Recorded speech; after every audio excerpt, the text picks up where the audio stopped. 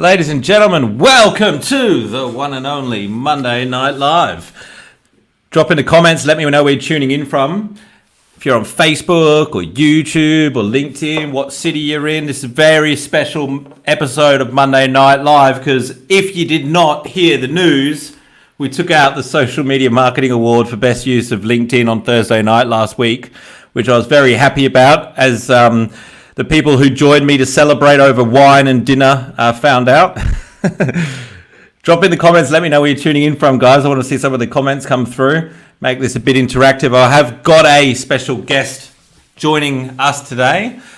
One of the fastest growing agencies in the country, I think, over in Gold Coast, Claxton Agency, Brett Campbell, is a force to be reckoned with. Came across Brett when I've come across some of his content. He's been shooting with Grant Cardone and Jack Delosa. He's a bit of a heavyweight on Instagram. Hey Amber, hey Paul. Always love to give some love to the first guys that comment. Tuning in from Cambridge, UK. Awesome. Congrats on the win. Thank you so much. I think I gave myself a bit of a plug there. Without further ado, ladies and gentlemen, please give Brett Campbell a Monday Night Live warm welcome to the show. How you doing, Brett? Mate, absolutely excited to be here, buddy. I feel like, the Monday Night Live, it's almost like an SNL, right? The Saturday Night Live, I've got to come out and do a little monologue. But, mate, congratulations, first of all, on the award win the other day. Very well deserved, mate. Well played. Yeah, thank you very much. I appreciate that. We've got some dudes tuning in from Melbourne, Stephanie, Perth. It's funny. I had John D. Martini on the other week, and I was putting some of the comments up, and he said, "Oh, how come all of your audience are beautiful women?" So I think that was a good thing. What did you say to him? I said it must have been that time. Yeah, a lot of beautiful people in the world. Everyone's beautiful, mate. Right? It's Australia, mate. Yeah. And look, who's not going to put up their best profile pic, right? Like, absolutely. We represent ourselves at our very best in our profile pic, I think. Brett, we were having a bit of a chat before the show. How's life over in the Gold Coast? It's beautiful.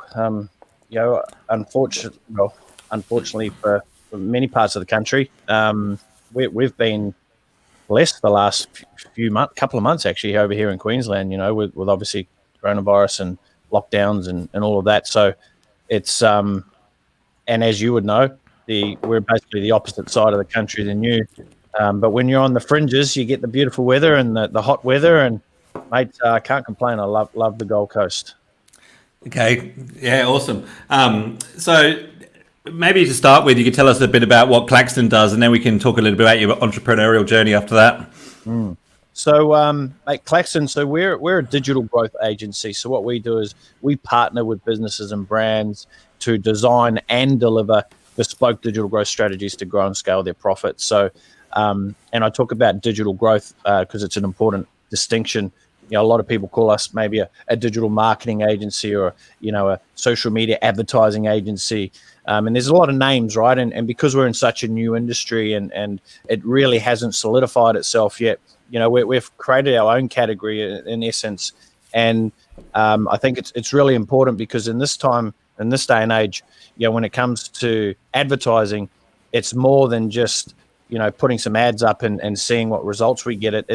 Advertising should be in alignment with growing and scaling a business, not just, I jokingly say we build businesses, not ads. So that's essentially what we do here at Claxton. We've been operating for about 3.5 years now. Work with some amazing brands you were talking about a little bit earlier. Everything from, the small business owner all the way up to, enterprise, global conglomerates around the world. So, that's what we do in a nutshell. Yeah, well, Brett's got around 30 people in his team now, employed 8 in the last 3 months, you were saying, is that right? Something like that? Yeah, we've had a bit of growth. Yep, yeah. Congratulations, mate. That's awesome. Yeah, well done. So, Brett, have you... Do that. Sorry, go on. I guess obviously 1 year we've been able to grow business, but in a time where a lot of people are, being unemployed or laid off, it's nice to be able to provide opportunities for people as well and to be able to grow new amazing talent. Well, it's obviously a testament to what the work you're doing. Ads or media in general can scale a business very quickly. You're obviously doing something right. So well done. Brett, have you always known you're going to be an entrepreneur? Were you did you have the lemonade stand when you were 5 years old? How did it all begin? Yeah, I think I've had every stand, to be honest. I mean, I've got some shockers to share, but mate, I think for me, I didn't know I was going to be an entrepreneur because I didn't know what that was, right? I grew up in a very low socioeconomic area. There wasn't a lot going for me in the town. There really wasn't anyone to aspire to be like, except for the man who had the nice car, right? Or my friends who lived in a nicer house than me. That was really aspirational, or something you've seen on the movies, but you never really realized that the stuff in the movies could come true, right? But I always knew I was different, and that's again another big distinction, I think, and especially when I talk with a lot of my entrepreneurial friends, is that there's a similar story, so to speak. It's where you're different, you don't know what that means, and then all of a sudden something comes to life, and you're like, okay, now I know where I belong, right? I was the kid that I'd always get in trouble at school. Not because I was a naughty kid, it was just because I never shut up, right? I'd just speak all the time, and I'd be talking to my friends. I'd want to be the joker in the class. So I always knew I was different. But, when I was a kid, I was, again, not coming with a silver spoon. If I wanted anything, I had to work for it, right? So I remember as a kid, I share, when I was 11 years old, I started my first business, right? No, I didn't have a PTY LTD, but that was where it was my first quest for money. I was like, okay, I want money. And at the time, my vision was to make as many $2 coins as I could. And I'd knock every single door down the street. Be like, hi, my name's Brett Campbell. Do you have any jobs for me? No, next door. Hi, my name's Brett Campbell. Got any jobs for me? I'd literally do that. After school, I'd go and walk the entire street. And at the time, the $2 was, I wanted $1 so I could buy $1 worth of jet plane lollies, and another $1 so I could get 5 20-cent pieces so I could play Street Fighter, the arcade game, because I knew 5 20-cent pieces I could pluck the entire game and beat the final boss, right? So that was my vision at the time, right, was for that. And I quickly learned a number of things that, I'd door knock and people would say, no, no, no, no. And then someone said, yeah, sure. Do you know how to mow lawns? And I'm like, yep. I know how to mow lawn. I know my stepdad has a lawnmower. So, I'd go and get his lawnmower and I mow the lawns. But then I was like, now I know how to mow lawns. So I went back to the people's houses that said no to me. I'm like, hi, my name's Brett Campbell. Do you need your lawns mowed? Right? And they're like, we know you're Brett because you were here like 3 days ago. Right? And people started to say yes. So when I sort of said to them, I'm like, I can also pick weeds out of your garden. I can also wash cars. I'd learn quickly, right? So I always had this worker ethic in me, this worker mentality. But again, no one in my family, no one in my community was really entrepreneurial that I could even learn from. There was a guy down the road from me. He lived 4 houses down from me. And I was about, I would have been 13, 14 at this stage.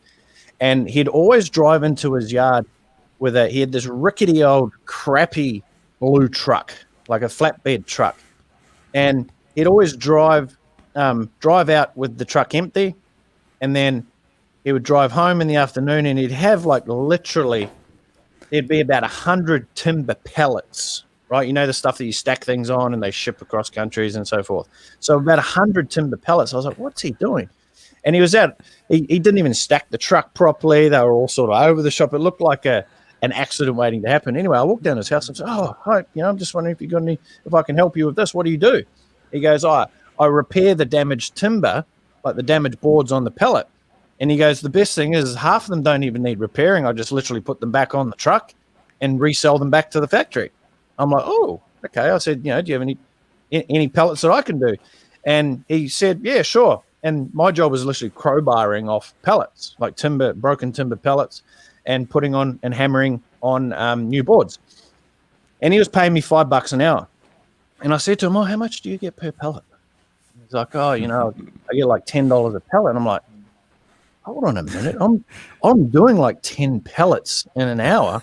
You're getting $50 and paying me $5. I was like, this isn't right, and remember, I had no idea about anything back then. And then I quickly said to him, how about this? because I worked out the math. I was like, what if I can get paid per pellet? How much would you pay me per pellet? And I'll be able to get more done, right? Because again, the whole incentive. Long story short, I ended up working out a deal where on a good day when I had a lot of energy, because those timber pellets were quite heavy.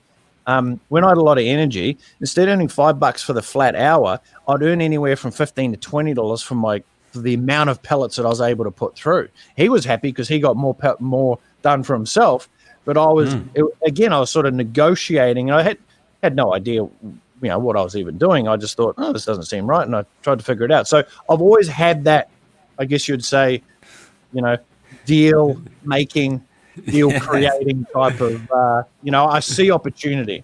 I think that's probably the biggest thing from an early age. I see opportunity, and right now, funnily enough, whenever I take people through our office, I've got a Street Fighter arcade game across the room here. So I get unlimited games. Wow. And so when did you see the opportunity in digital or marketing? Well, I've been in Australia for, I think, 13 years. I moved over here from New Zealand. So I grew up in New Zealand, and I started my own, what I'd call my own business. At the time, I was just a personal trainer. I'd just go to the gym and I'd train clients and I'd get paid, right? And I quickly realized that that wasn't the path that I wanted to go on.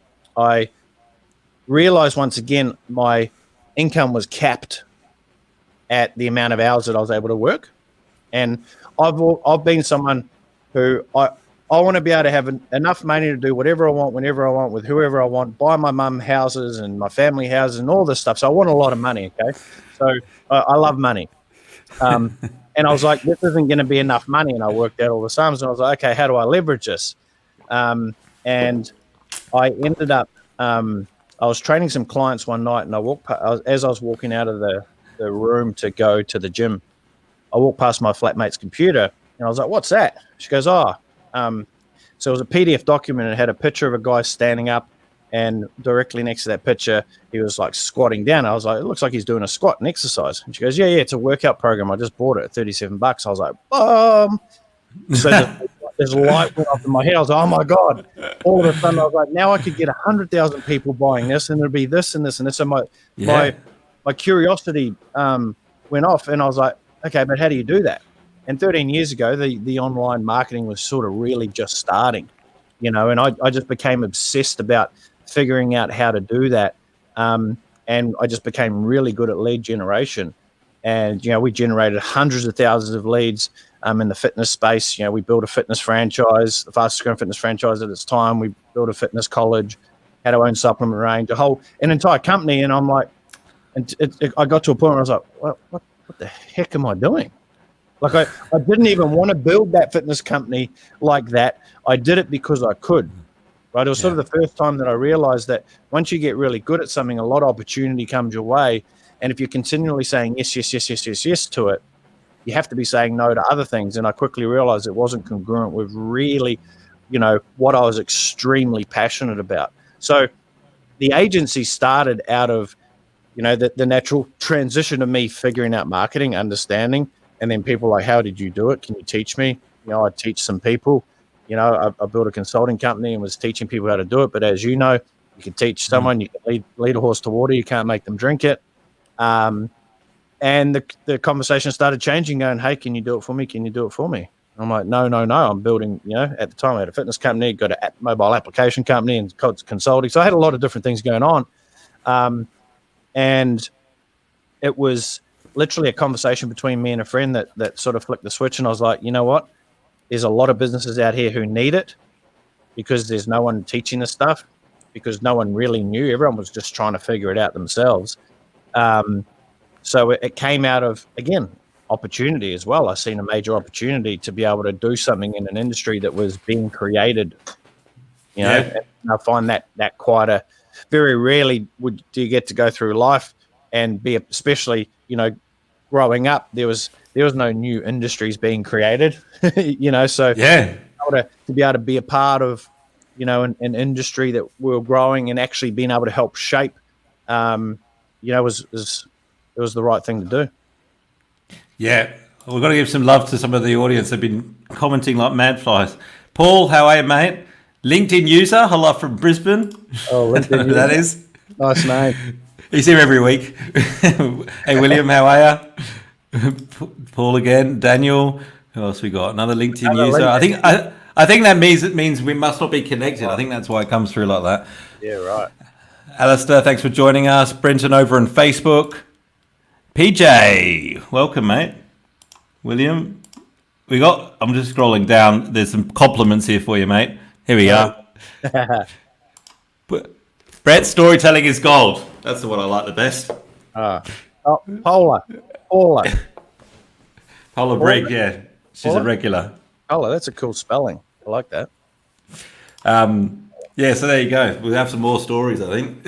I feel like I'm an old granddad at a camp. I really look forward to my grandchildren when I can sit down, because I do have a bloody a shelf of stories, that's for sure. They probably won't want to listen to them though when I'm that old. But like, granddad, stop it. Brett, so how have you found the social media and content game? I know you've very heavy into it all. Looking through your Instagram and your YouTube. I've seen you've done some vlogging. How effective have you found it all? But I think the reality is the more people who know you and the more people know about you, and the more you can provide value in anyone's life, whether it be just even at a comical level, at a storytelling level, at an educational level, changing someone's way of thinking. I think the most powerful content that I personally like to consume is content that makes me think differently and look at life differently, and you can look at a lot of content creators, their ability to grow and blow up, so to speak, is of that type of nature. I think what sort of happened in the last 12 months, especially even the last 6 months, is I feel like, especially if I'm talking to entrepreneurs here, there's this heavy weight of expectation around I need to be creating content.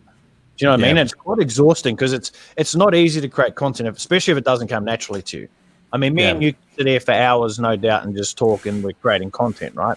Some of it will be amazing. Some will be like, more comical. Some will be boring as batshit for some people, not for others. But we can create a lot of content because we enjoy doing it. So I think it's like anything. You either really... it took a lot of practice for me. Like, it wasn't something that came naturally. Yeah, I remember you saying that, actually. You're on one of my podcasts, and you were saying that. And that's quite common for many people. For me, you press play or you go live and I'm on, and I actually prefer talking for a long time, right? It's quite funny, I hope my teachers watch some of my stuff, where they kick me out of school for speaking, and now that's all I do. But I think there's definitely expectations for a lot of people, and I'm here to tell those people who are watching or listening, you don't need to have to adopt the Gary V, create 8 million pieces of content a day to make, now, are you going to have more opportunity to pop or something to go off that does create that storm for you? Probably, it's just, again, law of averages. But I think it's definitely it's necessary for a business. If you're trying to build your personal brand, you just have to do it. I'm the type of person that's like, TikTok come around, I'm like, far out, here we go again. now I've got to do some stuff here. But the reality is it's actually really easy to create content. We're sitting here talking, right? Yeah. And we could chop this up a billion different ways, and it can be put on every different platform. What that just does, though, is it opens up another industry, which is exciting, an opportunity for people to get hired. But as a business owner, there's another expense associated with growing your business. Yeah. Prior to starting the agency, so 4 years ago, I was telling you just quickly before we started, I made an investment. So at the time, I had a consulting company. So I had a 7-figure a year consulting company, and it was literally me, and I had a team of another 2 people. That was it. And I hired a videographer. I was like, you know what? Here's 70 grand a year. Follow me around. I modeled off Gary Vee, though. I'll give him credit to there. I was like, that's a great idea. create content as I'm going, edit it, and let's go. So we did a vlog for every day for the first year of building the company. Just that in itself, right? Just that in itself, take away the value of doing that and the relationships and equity that I've been able to earn in the industry or earn, as a business owner. The fact that I can go back now and watch the first year of us building this company is, I would have paid 70 grand just for that, right? Yeah, so there's sometimes when you do things, you end up getting a better outcome than or a totally different outcome than what you intentionally went in to do it for. Yeah. Right? Yeah. And I think the content creation, like what comes naturally part to it, which I think I do get, and you certainly do, is just the add value mentality. Like there comes a point, I think, with a lot of content creators where they're here, sitting here talking, they're asking the right questions, they're adding value, and then they're like, hang on a second, what am I getting out of this? And then they start to move the conversation into a point where it's not adding value, and that's where it starts to fall apart. Yeah, and here's the other part as well. What I think a lot of people, well, you just need to do a bit of a reality check of yourself on what you watch and what you enjoy and what actually tickles your fancy. And a lot of content these days, people like the sneak peek behind the scenes. Like you look at reality TV, people love the raw stuff, the unscripted stuff, because something could go wrong at any minute. Yeah. And that adds an element of excitement and palpability to it, and something new might happen. They might say something they've never said before. So there's a lot of value in that. That's why I've got 3 podcast shows. I just love having conversations, and I know that throughout that, if I talk to intelligent people, and again had you on the show, I know that by just talking to you and us talking about stuff, right, whatever it is there's going to be people out there who really do value that. Yeah. It doesn't always have to be here's how I got to my first $1 million. Go do this, and this. Tactics are great. Tactics are good to throw in throughout content, especially something like this, right? I think the best value that we can provide to someone is context, first and foremost, which is the 30,000-foot view. Sprinkle in some tips and tactics here and there that they're like, oh, that was great, but they're engrossed in the story, or they're engrossed in something else that's, like even this conversation around content, right? Is very different than saying, oh, use the Logitech HD 1080p for your camera and this and that. Hey, like, how did you know that's for camera? I can see your camera. I can see your camera. That's exactly what I got. I can see it off the back, your poster on the back. Oh, can you? The glare of your. I need to get that anti-glare stuff. Yeah. Nah, I can't see it. I was just kidding. You had a very similar story to me, actually, because when I went to interview Grant Cardone, people think I just got the call when Grant's in town. I tell a story sometimes at some of my events about how I went about it. Like I was applying left, right, and centre, wasn't getting any response, and then I thought, oh, why don't I get in touch with Elena Cardone on Instagram, because I've heard she's coming to. I'll ask if I could interview her. Didn't mention Grant at all. Right. And she goes, yeah, we can do it. You just got to come to Sydney. And I said, oh, I'm not in Sydney. I said, but if you can get Grant to say yes as well, I'll come. And so you can just picture her there going, honey, can you do this little interview for me? Anyway, I actually got the call to go to Sydney. I was just arrived back in Perth from Sydney, and it was the next day I had to go. Got to the airport, flight cancelled, had to go via Adelaide. It was a complete mission to get there. Oh, wow. But you had not a similar sort of story, but you got called in last minute as well and caught the flight. Was it the same day? Was it? Yeah,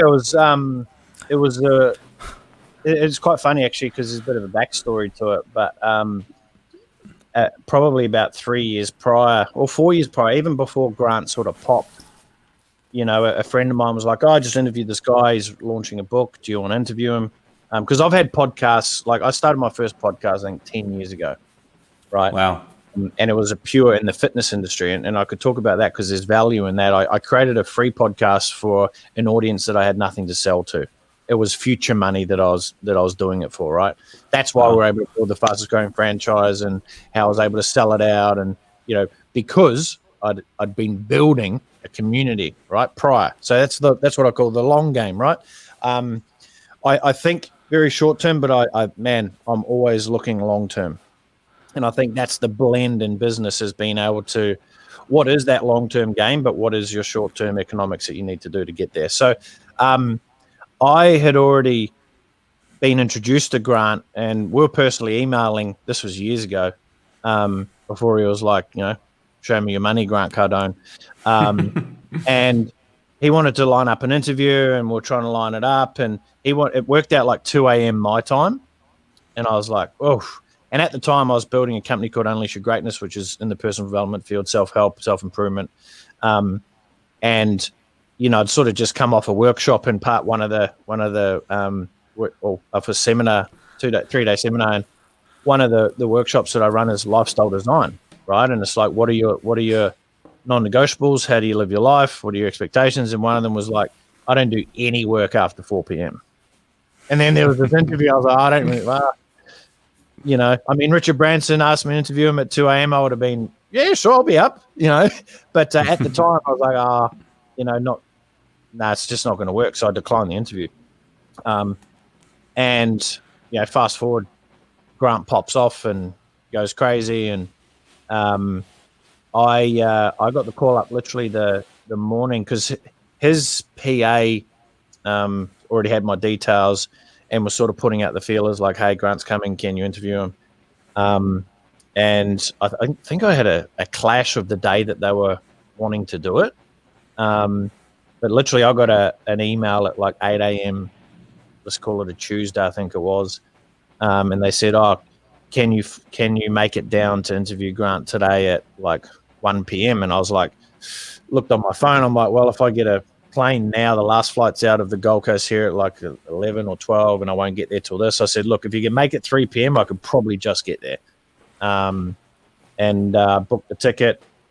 And I didn't even have a film crew, didn't even have no recording gear. I was just like, well, I did have it, but I was like, I'm gonna go. I'm gonna figure it out. I know people in Sydney. Rang my friends at the Entourage, and I was like, hey, I need to do your videographer the day for a couple hours this afternoon. Can you make it happen? They came over. Their videographer recorded, and we're supposed to. I was the last interview for the day, but it was supposed to be 30 minutes. We went for like 2 hours. So it was a good chat, good conversation. Oh, awesome. Fantastic. I didn't even think about the videographer until I got to Adelaide. And I was rushing to the connecting flight, and I was putting up an Airtasker ad. So I literally got an Airtasker guy. The guy was a legend. I mean, my microphone didn't work properly. One of the cameras didn't work properly, but he offered to pick me up for the airport, and he dropped me off at the pub afterwards. So good on him. Yeah. What a legend. No, that's awesome. 2-hour chat. There must have been a lot of value there. Mate, there was actually. It was a really good conversation, and I think why he kept going that long, and I don't want to blow smoke up my ass here at all, but there's a lesson behind it. Is I'd been doing podcasts for years, right? So sitting down with someone and having a conversation and being curious and wanting to find out more information about them, comes naturally to me now, and this feeds back into the original loop of content, right? It's like sets and reps. You don't go to the gym and you're not bench pressing 3 plates either side from day one. It takes you years of training to get up to that. It's just like in business, creating content, interviews, podcasts. Yeah.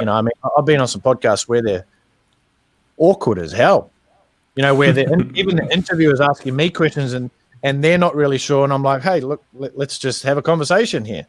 Right. Yeah. So we literally were having a conversation, and Elena comes in, she'd been to the gym, and she's like, oh, you guys still going? We're like, well, the videographer, the funny thing was like the videographer like loved Grant. He's like, oh my God, thank you so much for making this happen. He's like an idol of mine. And so he was sitting there just like for 2 hours. He goes, that was the best 2 hours of my life. It was like, yeah, awesome. Man. Brilliant. So, what's the number one habit that you would attribute to your success as an entrepreneur?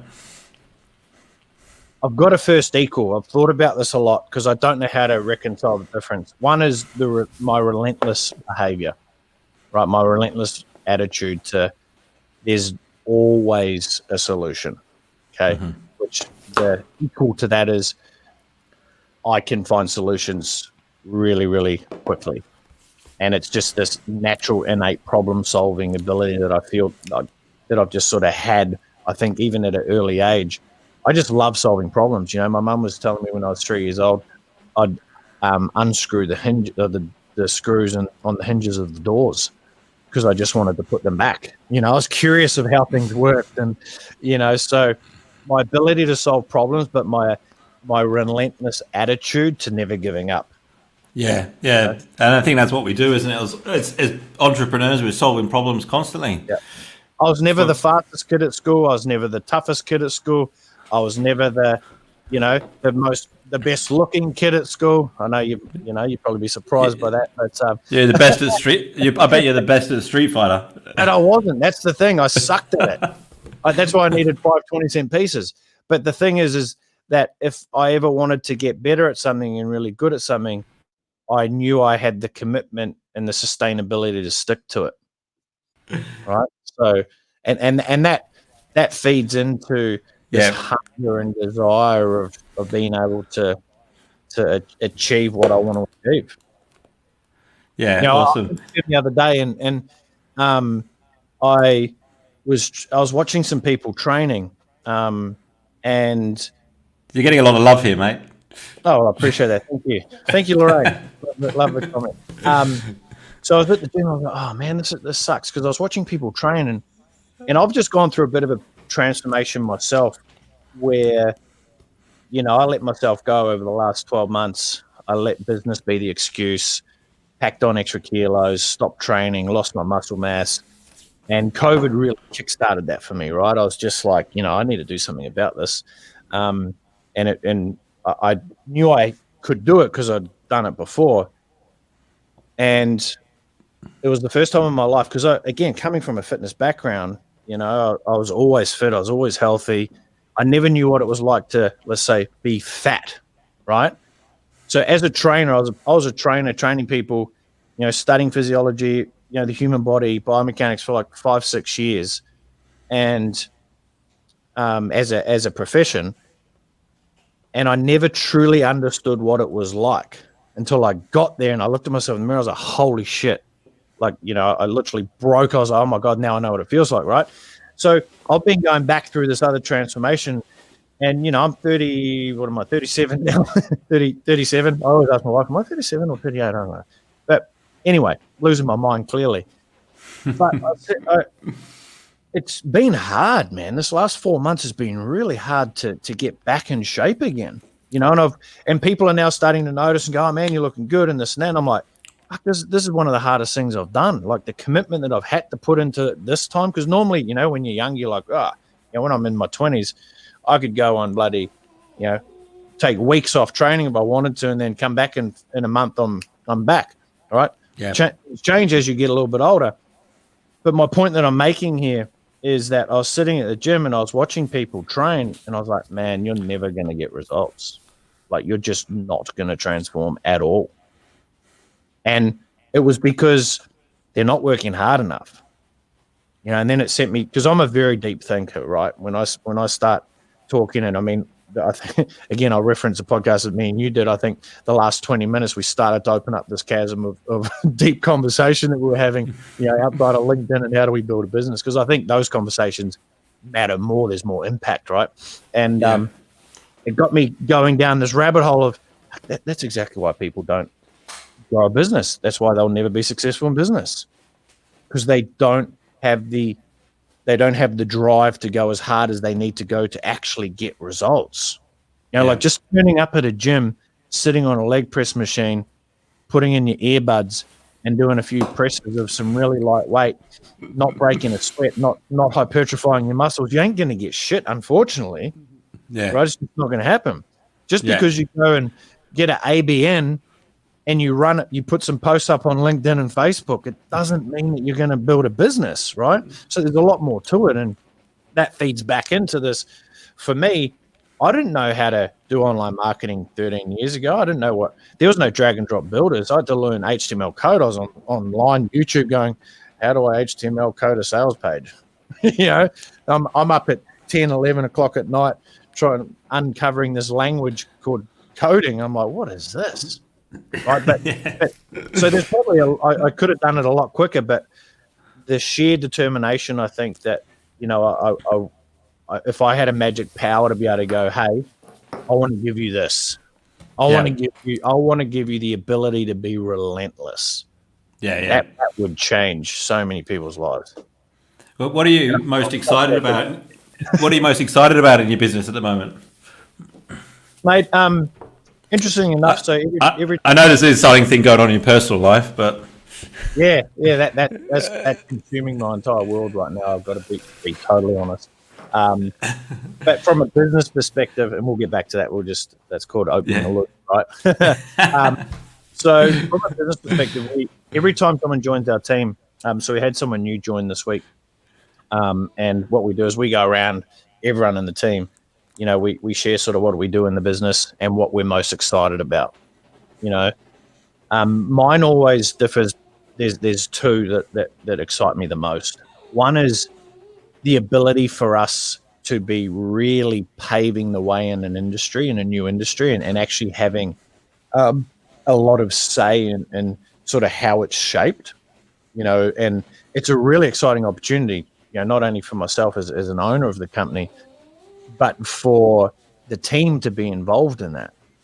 You know, like our team aren't entrepreneurs, right? They don't all think like me, and touch wood, they never do, because that's just great. You know, we wouldn't want an entire office full of me, that's for bloody sure. But they get to be a part of something that they're being able to build as well. You know, so that the opportunity within inside the industry and to have impact on business. So if I could tomorrow, I'd go and start 1,000 new companies. But I can vicariously win, you know, by helping our clients build their business. And the second thing is the ability for us to grow and develop our team as people. Yeah. Like, to me, culture in this company is everything. Culture in every company is everything. But I've got this affinity to, you know, see people grow.